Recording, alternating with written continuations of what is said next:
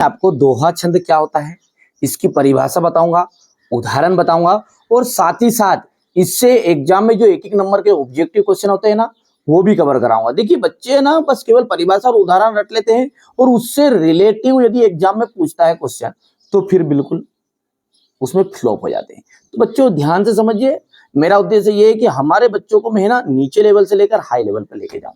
तो आइए दोहा छंद क्या है वास्तव में, इसकी परिभाषा क्या है और इसके एक एक नंबर के क्वेश्चन कहां से और कैसे बनेंगे उसको भी अच्छे से देखते हैं। तो देखिए सबसे पहले आप मैं जो बातें बता रहा हूं उनको ध्यान से समझो, बाकी सारी चीजें क्लियर, परिभाषा भी हो जाएगी और उदाहरण भी आपको कवर हो जाएगा इन्हीं में, है ना। देखिए सबसे पहली बात है कि दोहा जो है ना किस प्रकार का छंद है, तो यह है अर्ध सममात्रिक छंद।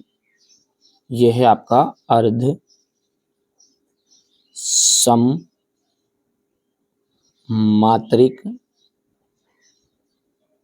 छंद। एक नंबर का आपका यहीं से बन जाएगा, है ना भाइयों। क्या है कि दोहा जो है ना वो एक अर्ध सममात्रिक छंद है। पूछ लेता है ना सममात्रिक है, विषम मात्रिक है कि अर्ध सममात्रिक है, तो वहां पर आपको बताना है अर्ध सममात्रिक छंद। इसमें जो टोटल होते हैं ना कुल कितने चरण होते हैं, तो कुल इसमें 4 चरण होते हैं।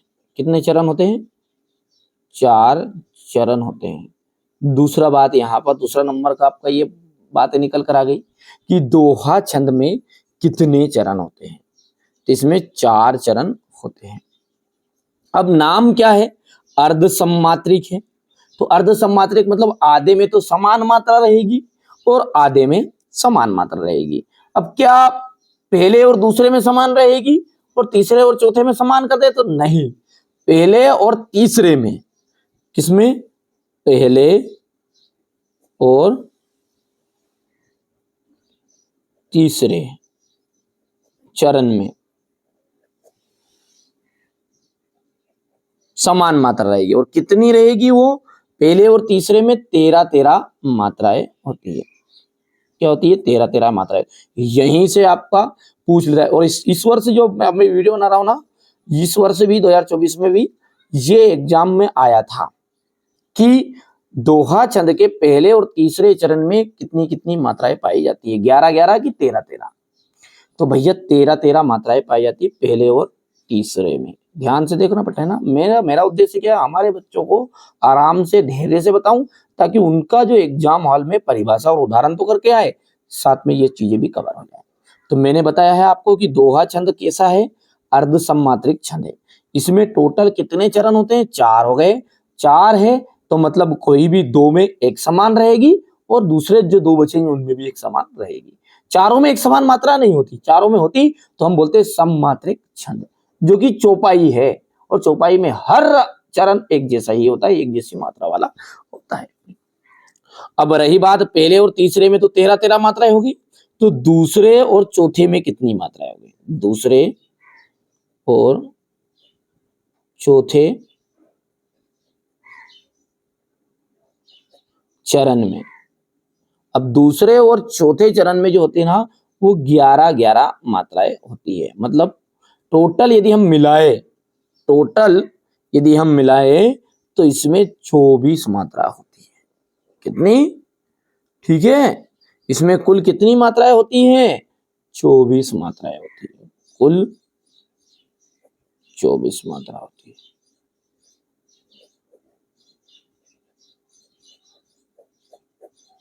समझ में आ गया भैया आपका? इसमें टोटल कितने चरण होते हैं मेरे भाइयों? 4 चरण होते हैं। वैसे 2 चरण में भी पूरा हो जाएगा ये, लेकिन इसको एक सिस्टमेटिक तरीके से 4 चरण बोलेंगे।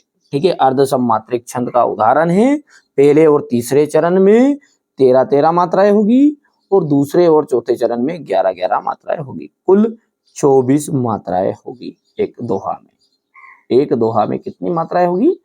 24 मात्रा होगी। तो ये कुछ बातें थी इससे रिलेटिव। अब यदि हम इसके उदाहरण की बात करें तो जो उदाहरण आप सुनते आए हैं, जीवन भर के उदाहरण सुनते आए हैं आप, कौन सा? तो बड़ा हुआ तो क्या हुआ और जैसे पेड़ खजूर। क्या बोला है कि बड़ा हुआ तो क्या हुआ?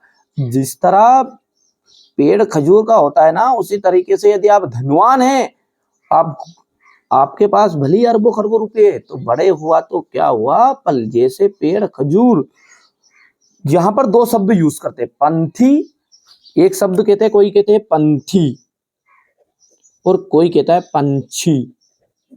तो दोनों ही राइट है, कोई सा भी यूज कर लो, ठीक है। पंथी को छाया नहीं और फल लागे अति दूर। जैसे जो खजूर का पेड़ होता है ना, वो रास्ते में आने वाले पंथी, पंथी ना होता राहगीर, रास्ते में आने वाले राहगीर को ना तो वो छाया देता है और ना ही फल देता है। फल भी कितनी दूर लगे रहते हैं कि वो तोड़ नहीं सकता, पत्थर भी मारे तो बड़ी मुश्किल से पहुंचे वहां तक। तो समझ में आया दोहा कि बड़ा हुआ तो क्या हुआ जैसे पेड़ खजूर, पंथी को छाया नहीं और फल लागे अति दूर। ठीक है भैया, सब चीज बताऊंगा मैं आपको, है ना। जिस तरह जाति न पूछो साधु की, पूछ लीजिए ज्ञान, मोल करो तलवार का, पड़ी रेंदो म्यान। ये सब क्या है, ये सब दोहे हैं, ठीक है। हमारे तुलसीदास जी ने भी बहुत अच्छे रामचरितमानस में कहा है, सुंदरकांड में। और जैसे हनुमान चालीसा आप पढ़ते हैं और उसमें शुरुआत में कहा जाता है कौन सा, कि श्री गुरु चरण सरोज रज, निज मन मुकुर सुधार, बरनउँ रघुवर विमल जसु, जो दायक फल चार, बुद्धिहीन तनु जान के, सुमिरहु पवन कुमार, बल बुद्धि विद्या देहु मोहे, हरऊ कलेश विकार। ठीक है, 4 चरण में पूरा दोहा हो गया ये बोलने में तो, है ना। पर दोहा कितना हो गया है, 2 दोहा हो गए, ठीक है भैया। तो इसलिए इसमें टोटल मात्राएं होगी 24, पहले और तीसरे चरण में इसमें 13 मात्राएं होगी और दूसरे और चौथे चरण में इसमें 11 मात्राएं होगी। अब जैसे अपन सुंदरकांड या हनुमान चालीसा शुरू करते हैं, जैसे सुंदरकांड शुरू होता है, जामवंत के वचन सुनाए, सुन हनुमंत अति मन भाए। तो ये क्या है बेटा, ये दोहा नहीं, अब यहाँ पर हो गई चौपाई शुरू। जैसे अपन बोलते हैं ना कि जय हनुमान ज्ञान गुण सागर, जय कपीस तीनों लोके उजागर, राम दूत अतुलित बल धामा, अंजनी पुत्र पवन सुत नामा। तो ये क्या है आपका, चौपाई है ना, ये दोहा नहीं है। चौपाई में आपकी सम्मात्रिक छंद होता है, इसमें सभी में समान समान मात्राएं होती है। तो भैया मेरा उद्देश्य क्या था, दोहा छंद समझाना था। तो यहां से हम देखेंगे ये दोहा से संबंधित परिभाषा। पहले तो उदाहरण भी आपको बताऊंगा मैं ना। ये एक अर्ध सम्मात्रिक छंद है, इसके प्रथम और तृतीय चरण में 13 मात्राएं होती है, दूसरे और चौथे यानी चतुर्थ चरण में 11 मात्राएं होती है, 24 टोटल मात्रा होगी। और इसमें इसके सम चरणों में अंत में तगन अथवा जगन दोनों होना जरूरी। तो ये आप नहीं लिख सकते, इतना लिख देना आपका, किसके इसमें कुल 24 मात्राएं होती है, बस इतना लिख दोगे तो भी आपका काम हो जाएगा, है ना भैया। चलिए अब इसका उदाहरण की हम बात करें तो ये आपका उदाहरण यहाँ पर देख सकते हैं कि रहीमन पानी राखिए, बिन पानी सब सुन, पानी गए ना उबरे, मोती मानस चुन। ठीक है भैया, और ये मैंने बता ही दिया, और मैंने इतना सारा उदाहरण बताया आपको, कोई सा भी लिख सकते हैं, ऐसा कोई दिक्कत नहीं है ना भैया। तो बढ़िया से आपको कंप्लीट करना है, अच्छे से कंप्लीट करो। हमारा उद्देश्य क्या है कि आप बड़े धैर्य के साथ पढ़े और अच्छे से पढ़े, बस हमारा यही उद्देश्य है, हमारे बच्चों को कोई समस्या ना हो, वो आगे खूब पढ़े खूब बढ़े। चलिए तो मिलते हैं अगले वीडियो में।